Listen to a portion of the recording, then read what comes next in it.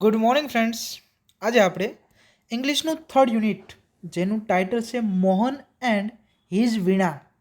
વીણા એટલે કે જે સંગીતનું સાધન છે, તો મોહન અને તેનું વીણા તેના વિશે આપણે અભ્યાસ કરવાનો છે. તો મોહનથી લઈ અને પંડિત વિશ્વમોહન ભટ્ટ બનવા સુધીની જે પણ કાંઈ સંઘર્ષ ગાથા છે તે સંઘર્ષ ગાથા આપણે આ યુનિટમાં જોવાની છે. તો શરૂ કરીશ પહેલી સ્લાઇડમાં.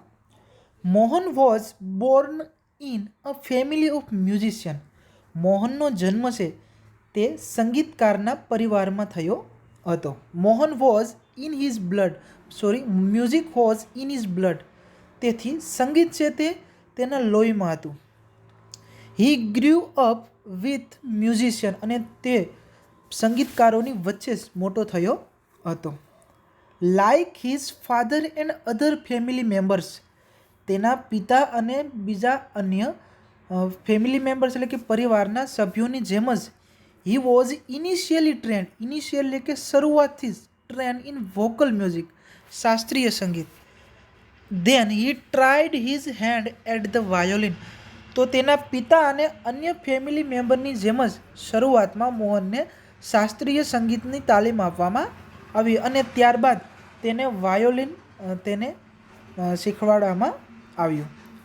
વેન હી વોઝ અબાઉટ 10, જ્યારે તે ફક્ત 10 વર્ષનો હતો ત્યારે, એટલે કે મોહન જ્યારે 10 વર્ષનો હતો ત્યારે હી સ્ટાર્ટેડ લાઇકિંગ સિતાર, ત્યારે તેને સિતાર નામનું એક સંગીતનું સાધન આવે છે, તે સિતાર તેને ગમવા લાગે છે. He was also train in it and played it for about 3 years. હવે તેણે આ સિતારની તાલીમ પણ લીધી અને તેણે 3 વર્ષ સુધી તેણે સિતાર વગાડ્યું પણ. આગળનો પેરેગ્રાફ જોઈએ આપણે. A German lady came to stay with Mohan's family to learn music from his father. તો એક જર્મન સ્ત્રી હોય છે તે તેના ઘરે રહેવા માટે આવે છે, કારણ કે તે સ્ત્રીને મોહનના પિતા પાસે સંગીત શીખવું હોય છે. તો તેના પિતા પાસે, મોહનના પિતા પાસે સંગીત શીખવા માટે જર્મનથી એક સ્ત્રી તેના ઘરે રહેવા માટે આવે છે. It was then that the guitar enter his life, અને ત્યારબાદ જે મોહનના જીવનમાં ગિટારનો પ્રવેશ થયો. હી બિગેન હિઝ એક્સપેરિમેન્ટ, એટલે કે પ્રયોગો એટલે શરૂ કર્યા વિથ ધેટ બ્યુટિફુલ ઇન્સ્ટ્રુમેન્ટ, અને ત્યારબાદ તેણે આ સુંદર સાધન સાથે અથવા સુંદર વાદ્ય સાથે તેણે પોતાના પ્રયોગો શરૂ કર્યા. No other instrument now in my life, I want to play the guitar only, said Mohan to himself. મોહને પોતાની જાતને શું કહ્યું કે બીજા અન્ય એકય સાધન અથવા વાદ્ય મારા જીવનમાં નથી, હું ફક્ત ગિટાર જ વગાડવા માગું છું. ગિટાર ટુક ઓલ હિઝ ટાઈમ, હવે તે બધો જ સમય ગિટારમાં પસાર કરતો હતો. આગળનો પેરેગ્રાફ આપણે જોઈએ. Guitar, the world guitar ours is a family where sitar, vocal and classic violin are પ્રેક્ટિસ્ડ.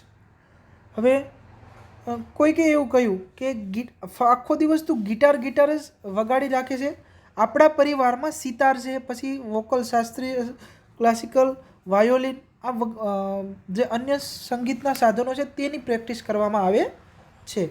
The guitar does not have the effect which our instrument do, and moreover it's not from India, said one of the family member.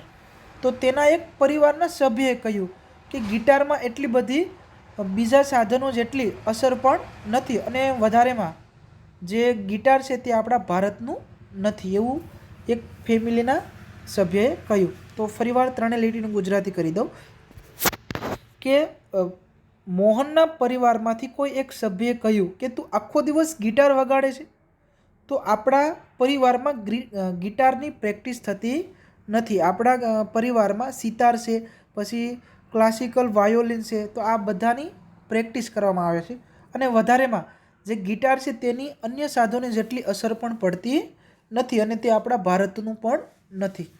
Do you know your father does not approve your love for the guitar, said is aunty. તેના આંટીએ કહ્યું, તેના કાકીએ કહ્યું કે શું તને ખબર છે કે તારા પિતા છે તે તારો આ ગિટાર પ્રત્યેનો પ્રેમ ક્યારેય સ્વીકારી અથવા માન્ય કરશે નહીં. But his mother came to help him, પરંતુ તેની માતા છે તેની મદદ કરે છે. કે શું કહે છે? Let him follow his heart desire. તેણે કહ્યું કે તેને જે ઈચ્છા હોય તે કરવા દો. આગળનો જે પણ કાંઈ યુનિટ બાકી છે તે યુનિટ આપણે નેક્સ્ટ પાર્ટમાં જોઈશું.